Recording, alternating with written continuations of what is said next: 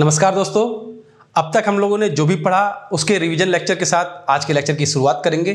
तो चलिए आइए देखते हैं यूरोपियन कंपनियों के भारत में आगमन के लेक्चर के साथ। तो सबसे पहले क्या इंपॉर्टेंट है? सबसे पहले इंपॉर्टेंट है कंपनियों के आगमन का क्रम, किस प्रकार से कंपनियां भारत में आती हैं। तो सबसे पहले पुर्तगाली कंपनी आती है, उसके बाद डच आती है, फिर ब्रिटिश आते हैं, फिर अंग्रेज आते हैं और ब्रिटिश के बाद डेनिश आते हैं और फ्रांसीसी आते हैं।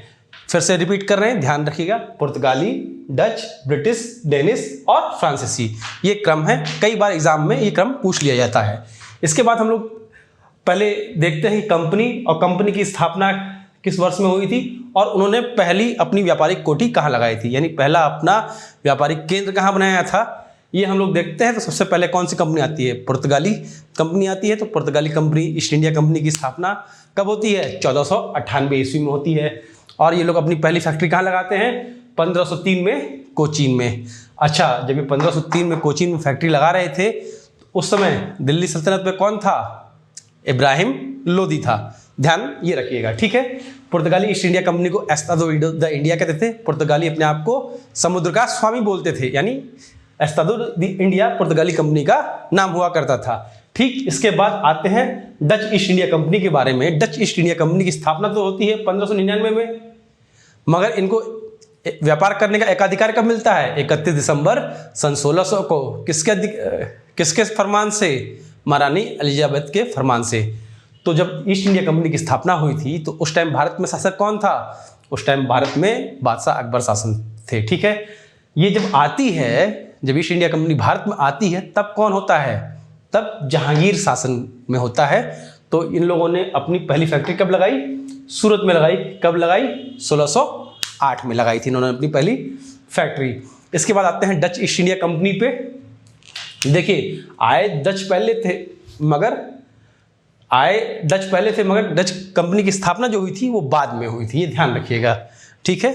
तो डच कंपनी की स्थापना होती 1602 ईस्वी में और ये पहला कारखाना कहाँ लगाते हैं? अपना मसूलीपट्टनम में अपना पहला कारखाना लगाते हैं, ठीक है। इसके बाद डेनिश ईस्ट इंडिया कंपनी की बारी आती है। डेनिश ईस्ट इंडिया कंपनी की स्थापना 1616 में होती है और अपना पहला कहाँ फैक्ट्री लगाते हैं? ट्रांकेबर 1620 में। ट्रांकेबर में 1620 में अपनी पहली फैक्ट्री लगाते हैं ये, ठीक है। इसके बाद फ्रेंच ईस्ट इंडिया कंपनी की, जो वास्तविक फ्रेंच ईस्ट इंडिया कंपनी थी, उसकी स्थापना 1664 ईस्वी में होती है। किसके द्वारा? कॉलबर्ट के द्वारा, ठीक है। तो कब होती है? सूरत में होती है। ये लोग अपनी पहली फैक्ट्री कहाँ लगाते हैं? सूरत में 1668 में। 1664 में कंपनी बनती है, 4 साल बाद सूरत में अपनी ये फैक्ट्री बनाते हैं। तो देखिएगा, जब पुर्तगाली ईस्ट इंडिया कंपनी आई तो भारत में, यानी दिल्ली में कौन शासक था? इब्राहिम लोदी था। जब 1608 में जब अंग्रेजों की ईस्ट इंडिया कंपनी बनी 1599 में, तब भारत में कौन शासक था? अकबर था। फिर सूरत में जब बनी, सूरत में बनाया 1608 में, 1605 में तो अकबर की मृत्यु हो चुकी थी, तो 1608 में तो जहांगीर शासन था। डच ईस्ट इंडिया कंपनी के समय भी जहांगीर था। डेनिश ईस्ट इंडिया कंपनी ने जब अपनी पहली फैक्ट्री बनाई तब भी जहांगीरी शासन में था। और फ्रांसीसी ईस्ट इंडिया कंपनी ने जब अपनी भारत में पहली कोठी बनाई, या कंपनी की जब स्थापना हुई, तो कौन शासक था? औरंगजेब था, ठीक है। ये ध्यान में रखिएगा। कभी कभी देखिए मैच ऑफ द फॉलोइंग्स में आ जाता है। तो सबसे पहले क्या हुआ? केप ऑफ गुड होप की खोज होती है। कब होती है? 1487 ईस्वी में। 1487 ईस्वी में कौन खोजता है? बार्थोलोम्यो डियाज। बार्थोलोम्यो डियाज कौन होता है? एक पुर्तगाली होता है। फिर हम लोग देखते हैं कि 1492 में स्पेन के क्रिस्टोफर कोलंबस ने अपनी यात्रा स्टार्ट करी थी और 1494 में उसने अमेरिका की खोज करी थी। तो अमेरिका की खोज किसने की? 1494 में ईस्वी में क्रिस्टोफर कोलंबस ने। और अटलांटिक महासागर से होते हुए भारत में व्यापार करने के लिए समुद्री मार्ग की खोज किसने करी? वास्को डी गामा ने। ये कौन सा है? पुर्तगीज है, ठीक है। इसके बाद न्यूजीलैंड की खोज होती है 1642 में और कौन करते हैं? तस्मान करते हैं। ये कहाँ के? हॉलैंड के निवासी होते हैं। और ऑस्ट्रेलिया 1770 में फाइनली ऑस्ट्रेलिया का सी रूट ढूंढा जाता है और उसके जो खोजकर्ता होते हैं कौन होते हैं? कैप्टन कुक होते हैं। वो कहाँ के होते हैं? ब्रिटेन के होते हैं। तो ये सब चीज़ें आप नोट कर लीजिएगा, रिवीजन करने में आपको बहुत आसान होगा, ठीक है। इसके बाद आते हैं हम लोग पुर्तगीज में। पुर्तगीज में क्या होता है? 17 मई 1498 को वास्को डी गामा कालीकट आता है, ठीक है। किसकी सहायता से आता है? अब्दुल मजीद की सहायता से आता है, ठीक है, ध्यान में रखिएगा, अब्दुल मजीद की सहायता से गुजराती व्यापारी होता है उसकी सहायता से आता है। फिर 1502 में दोबारा आता है और फिर दिसंबर 1524 ईस्वी में दोबारा आता, सितंबर 1524 में, दिसंबर 1524 में इसकी कोचीन में मृत्यु हो जाती है। अगर पूछ लिया जाए कि इसकी मृत्यु कहाँ हुई, कोचीन में, मगर इसकी कब्र कहाँ बनी है, गोवा में। समझ गए, गोवा में इसकी कब्र बनी हुई है, ये ध्यान रखना। इसके बाद एक इंपॉर्टेंट क्वेश्चन है कि दूसरा पुर्तगाली कौन आता है, तो पेड्रो अल्ब्रेज कैब्राल। पेड्रो अल्ब्रेज कैब्राल दूसरा पुर्तगाली होता है जो आता है। ठीक है, भारत। इसके बाद जो पुर्तगाल का पहला गवर्नर होता है कौन होता है, फ्रांसिस्को दी अल्मीडा होता है। इसके बारे में इंपॉर्टेंट चीज़ क्या है, ये पुर्तगाल का फर्स्ट गवर्नर होता है, ब्लू वाटर पॉलिसी अपनाता है। ठीक है, ब्लू वाटर पॉलिसी का मतलब हिंद महासागर में, इंडियन ओशियन रीजन में अपनी नौसैनिक शक्ति को मजबूत करना, अपनी नेवी फोर्स को स्ट्रेंथ करना। ठीक है, इसके बाद सेकंड नंबर पर आते हैं Alfonso de Albuquerque. Alfonso de Albuquerque जो पुर्तगाली साम्राज्य था भारत में, उसका वास्तविक संस्थापक माना जाता है। इसने क्या किया था, 1510 में बीजापुर के यूसुफ आदिल शाही, बीजापुर का जो सुल्तान था यूसुफ आदिल शाही, उसको हराकर गोवा जीता था। कई बार पूछ लिया जाता है कि इसके अधिकार का क्रम क्या है। इसने गोवा, मलक्का और हुरमुज पे अपना कब्जा किया। तो कब, गोवा में 1510 में किया, मलक्का में 1511 में, हुरमुज में 1515 में। मलक्का आपका आएगा इंडोनेशिया की साइड, हुरमुज आएगा आपका अरब प्रायद्वीप के पास। ठीक है, इसके बाद नीनो डी कुन्ना आता है। नीनो डी कुन्ना क्या करते हैं, इनका एक इंपॉर्टेंट काम था। इन्होंने 1530 में कोचीन से गोवा राजधानी, जो पुर्तगाल साम्राज्य की राजधानी थी, उन्होंने कोचीन से गोवा ट्रांसफ़र कर दी। ठीक है, ये क्लियर हो गया। इसके बाद क्या होता है, कभी कभार क्वेश्चन पूछ लिया जाता है कि पहली बार जो जेसुइट मिशन आया था 1542 में, जो संत थे उनका नाम था जेसुइट संत फ्रांसिस्को जेवियर।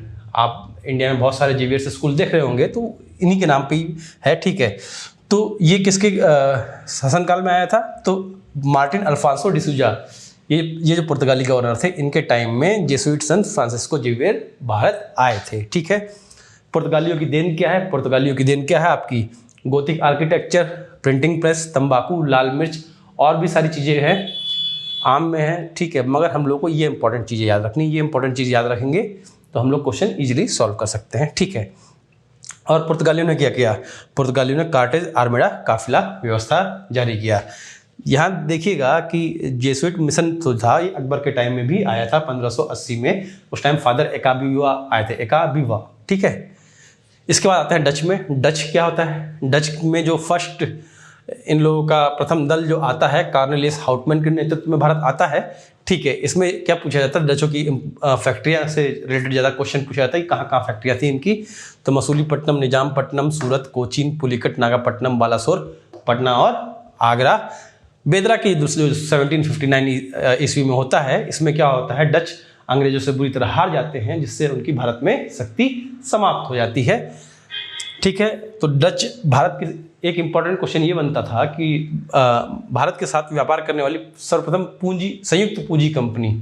ठीक है, यानी जो इनके बोर्ड ऑफ डायरेक्टर थे उनको जेंटलमैन 17 कहा जाता था। 17 लोगों ने अपनी पूंजी मिलाई थी, तो ये संयुक्त पूंजी पहली कंपनी थी जिसने भारत के साथ व्यापार किया। बाकी सब कंपनियां क्या थी, सरकारी कंपनी थी, ये पहली संयुक्त पूंजी कंपनी थी। ठीक है, डचों के व्यापारिक व्यवस्था कार्टेल पर आधारित थी। और कभी कभार पूछ लिया जाता है गुस्ताउस फोर्ट और फोर्ट विलियम। फोर्ट विलियम देखिए उन्होंने कोचीन में बनाया, एक फोर्ट विलियम आएगा बाद में, अंग्रेजों के टाइम में पढ़ेंगे, वो ज़्यादा इंपॉर्टेंट है, वो कलकत्ता में बनाया। ये फोर्ट विलियम उन्होंने कोचीन में बनाया। गुस्ताउस फोर्ट की स्थापना इन्होंने चिंसुरा में की थी। ठीक है, अभी इसके बाद हम लोग जस्ट पढ़ेंगे अंग्रेज और फ्रांसीसी। चलिए, तो अब हम लोग अंग्रेजी ईस्ट इंडिया कंपनी के बारे में रिवीजन करते हैं। 1600 में कंपनी को जब महारानी एलिजाबेथ से एक अधिकार मिल जाता है व्यापार का, तो उसके बाद 1608 में कैप्टन हॉकिंस पहुंचता है किसका दूत बनकर, जेम्स प्रथम का दूत बनकर। 1603 में महारानी एलिजाबेथ की मृत्यु हो जाती है, तो वहाँ का जो नया राजा होता है जेम्स प्रथम, उसका दूत बनकर 1608 में हॉकिंस हेक्टर नाम के जहाज़ से सूरत पहुंचता है और जहांगीर से वो आगरा में मुलाकात करता है। वहाँ पे वो सूरत में फैक्ट्री मांगने की परमिशन लेता है, उसे परमिशन मिल जाती है, परंतु स्थानीय व्यापारी और पुर्तगालियों के विरोध के कारण उसको फैक्ट्री वो पूरी नहीं बना पाता है। इसके बाद क्या होता है, इसी बीच दक्षिण भारत में गोलकुंडा के शासक जो थे मोहम्मद कुतुब अली शाह के आदेश से 1611 में मसूलीपट्टनम में एक फैक्ट्री लगाने की इजाज़त मिल जाती है। वहाँ पे वो एक फैक्ट्री लगाते हैं, ये फैक्ट्री अस्थायी फैक्ट्री होती है। तो प्रश्न पूछा जाएगा कि दक्षिण भारत में अंग्रेजों की पहली फैक्ट्री कहाँ थी, तो मसूलीपट्टनम में थी।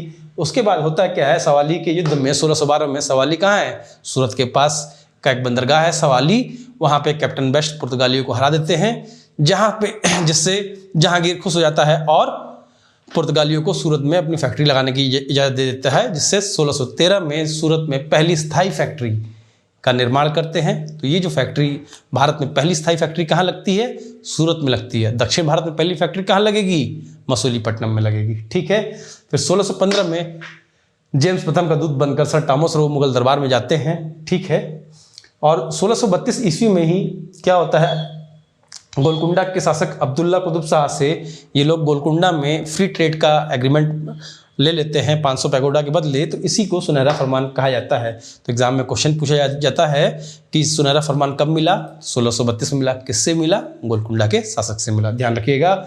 इसके बाद क्या होता है, 1639 में वांडीवास के नायक यानी वहाँ के जो स्थानीय वांडीवास के स्थानीय सामंत से उनकी मदद से ये लोग करते क्या है, मदुरापुरम में एक किलाबंदी की अनुमति लेते हैं और वहाँ पे एक किला बनाते हैं। मदुरापुरम को मद्रास के रूप में विकसित करते हैं और वहाँ पे एक सेंट फोर्ट जॉर्ज बनाते हैं, जहाँ फोर्ट सेंट जॉर्ज बनाते हैं। ठीक है, और 1687 में ही जो मद्रास इन्होंने शहर बसाया था उसको पहली नगर पालिका घोषित करते हैं। अगर क्वेश्चन आता है भारत की पहली नगर पालिका कौन सी है, तो उसका आंसर होगा मद्रास। ठीक है, तो यहाँ पे हो गया। इसके बाद क्या होता है, 1668 में जेम्स द्वितीय जो है, जिन्हें की शादी में अपने बंदरगाह मिला हुआ था, बम्बई का बंदरगाह दहेज के रूप में मिला हुआ था, वह बंदरगाह को अंग्रेजों को किराए पर दे देते हैं 10 पाउंड वार्षिक दर पर। उसके बाद क्या होता है, वहीं पे बम्बई शहर को विकसित किया जाता है। बम्बई शहर को विकसित करने वाले कौन होते हैं, गेराल्ड अंगियार। ठीक है, ये नाम याद रखिएगा। इसके बाद क्या है, यहीं पे फिर 1687 में जो आपका मुख्यालय था वो सूरत से ट्रांसफ़र करके मुंबई ले आते हैं। इसके बाद क्या होता है, 1696 में सूबेदार अजीम उनसान से कालीकाता सूतानाती गोविंदपुर। होता क्या है, 1690 के लगभग शोभा सिंह नाम का एक सरदार होता है, वो अंग्रेजों के विरुद्ध विद्रोह कर देता है। तो उस विद्रोह के कारण ये लोग वहाँ के सूबेदार से बोलते हैं कि हमको एक किला निर्माण करने की इजाज़त मिलनी चाहिए ताकि हमें किलाबंदी कर सके, जिसमें हम लोग वहाँ सुरक्षित रह सकते हैं। तो वहाँ पर अजीम उनसान ने कालीकाता सुल्तानती गोविंदपुर गांव की जमींदारी दे दी और किलेबंदी का निर्माण करने के लिए दे दिया। तब यहाँ पे इन्होंने किला बनाया। बाद में यही शहर को विकसित करते हैं ये लोग और इसका नाम कलकत्ता पड़ जाता है। कलकत्ता का संस्थापक किसे बोला जाएगा, जॉब चारनाक को बोला जाएगा। ठीक है, जॉब चारनाक के नाम ध्यान रखिएगा। इसके बाद क्या होता है, 1715 में जॉन सरमन की अध्यक्षता में एक शिष्टमंडल जाता है, फर्रुखसियर से मिलता है। इस शिष्टमंडल में क्या होता है कि एक डॉक्टर हैमिल्टन होते हैं जो फर्रुखसियर का एक उस टाइम एक गंभीर बीमारी से ग्रसित रहते हैं, तो उसका इलाज कर देते हैं। तो जब इलाज कर देते हैं तो 1717 में फर्रुखसियर खुश होकर अंग्रेजों को कंपनी के व्यापार को करो एवं चुंगी से मुक्त कर देते हैं, टैक्स फ्री कर देते हैं, एंट्री फ्री हो जाती है। और इन्होंने जो बम्बई में अपनी टकसाल लगा रखी थी जिसमें वो लोग सिक्के ढालते थे, उसको मान्यता दे देते हैं और बम्बई और कलकत्ता के आसपास के गांवों की जमींदारी भी दे देते हैं फर्रुखसियर किसको, अंग्रेजों को। तो फर्रुखसियर द्वारा जो ये महाफरमान जारी किया जाता है, इसी को अंग्रेजों ने मैग्ना कार्टा कहा। तो अगर पूछा जाएगा क्वेश्चन कि अंग्रेजों को मैग्ना कार्टा किसने दिया, तो फर्रुखसियर ने दिया। ठीक है, इसके बाद डेनिश कंपनी के बारे में आते हैं। डेनिश कंपनी 1620 में ट्राकेम्बर में तंजावुर के पास अपनी पहली फैक्ट्री लगाती है और 1676 में श्रीरामपुर बंगाल के पास। इसके बाद क्या होता है, 1706 में प्रोटेस्टेंट मिशन, अभी तक जितने मिशन आ रहे थे ईसाई के वो रोमन कैथोलिक थे, तो पहला प्रोटेस्टेंट मिशन आता है जिसका केंद्र त्रिचुरापल्ली रहता है। फिर 1845 में ये अपनी सारी फैक्ट्रियाँ अंग्रेजों को बेच के भारत से चले जाते हैं।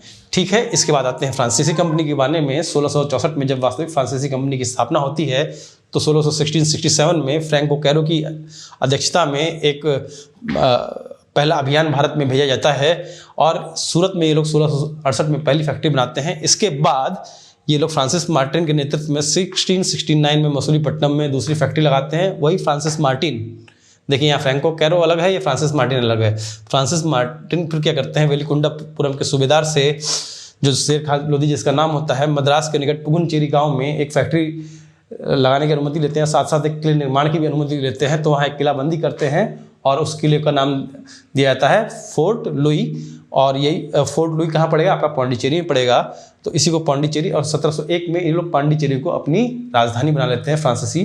ठीक है, तो भारत में फ्रांसीसी सत्ता का संस्थापक किसे बोला जाएगा? फ्रांसिस मार्टिन को बोला जाएगा। ये ध्यान, वास्तविक संस्थापक जो है फ्रांसिस मार्टिन को ही बोला जाता है। फिर क्या होता है कि 1693 में डचो सेन का युद्ध हो जाता है, जिसके कारण डच पांडिचेरी पर कब्जा कर लेते हैं और 1697 में रिजविक की संधि से पुर्तगालियों को डच ये पांडिचेरी वापस कर देते हैं। इसके बाद क्या होता है? 1690 से 92 में मुगल सूबेदार शाइस्ता खान से ये लोग भूमि प्राप्त कर चंद्रनगर में अपना कारखाना, बंगाल में अपना एक चंद्रनगर बंगाल में कारखाना बनाते हैं। इसके बाद 1721 में मॉरिशस, 1724 में माहे, 1739 में कराईकल पे अपना ये लोग फैक्ट्री खोलते हैं, वहाँ पे अपना अधिकार कर लेते हैं। आज भी आप देखते होंगे पांडिचेरी जो यूटी है उसमें कौन कौन से आते हैं? माहे, यनम, कराईकल, ये चीज़ें और पांडिचेरी, चार शहर आते हैं पांडिचेरी यूटी में। ये ध्यान रखिएगा। इस प्रकार से हम लोग देखते हैं, एक क्विक रिवीजन है ये। अगर आप कभी भी एग्ज़ाम की तैयारी के लिए या आपका एग्ज़ाम है तो इसको फटाफट से आप एक बार देख लेंगे तो आपके लिए ईजी रहेगा चीज़ें रिकॉल करने के लिए। अगर कोई गलती हो तो कमेंट बॉक्स में कमेंट करिएगा। इस चैनल को ज़्यादा से ज़्यादा लाइक, सब्सक्राइब और शेयर करिए। ठीक है, आप इसका स्क्रीनशॉट ले लीजिए। Thank you.